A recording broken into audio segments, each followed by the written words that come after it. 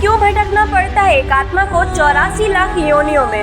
दोस्तों, पुराणों के अनुसार बताया जाता है कि एक आत्मा को उसके कर्म गति के अनुसार पर अलग अलग योनियों में भटकना पड़ता है। इन योनियों की संख्या 84 लाख बताई जाती है।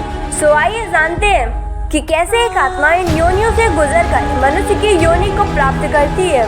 दोस्तों, पद्म पुराण में एक श्लोक का वर्णन आता है जिसके अनुसार जलद 9 लक्षानि स्थावर लक्ष विंशति क्रमयोरुद्ध संख्य का पक्षिणाम 10 लक्षणम 63 लक्षानि पशवा चतुर्लक्षानि मानवा, जिसके अनुसार जलचर प्राणी 9 लाख, स्थावर अर्थात पेड़ पौधों की संख्या 20 लाख बताई जाती है। वहीं सरीसृप यानी कि कीड़े मकोड़ों की संख्या 11 लाख, पक्षी नभचर 10 लाख, स्थलीय थलचर 30 लाख और शेष 4 लाख मानवीय नस्ल यानी कि मानवीय योनियां बताई जाती है। और इस प्रकार से कुल 84 लाख योनियां बताई गई हैं। आइए जानते हैं कैसे मिलता है मनुष्य की योनि में जन्म।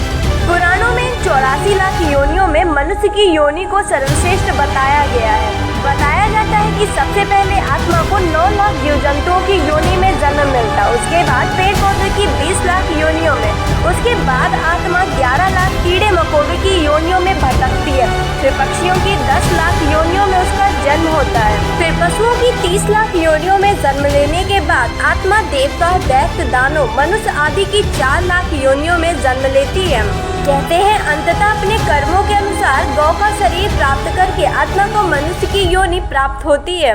फिर 4 लाख योनियों में आत्मा मानव की ही योनि में जन्म लेती है। इसके बाद उसे पितृ या देव योनि प्राप्त होती है। सभी कर्मानुसार चलते रहते हैं। जब आत्मा मनुष्य योनि में आकर नीच कर्म करने लगती है तो उसे पुनः नीच की योनियों में जन्म मिलने लगता है, जिसे वेद और पुराणों में दुर्गति कहा गया है। कहते हैं यदि आत्मा अपने कर्मों के अनुसार देव योनि प्राप्त कर ले तो उसे 84 लाख योनियों से मुक्ति मिल जाती है और उसे अलग अलग योनियों में भटकना नहीं पड़ता है, यानी कि आत्मा जन्म और मरण के बंधन से छुटकारा पा जाती है।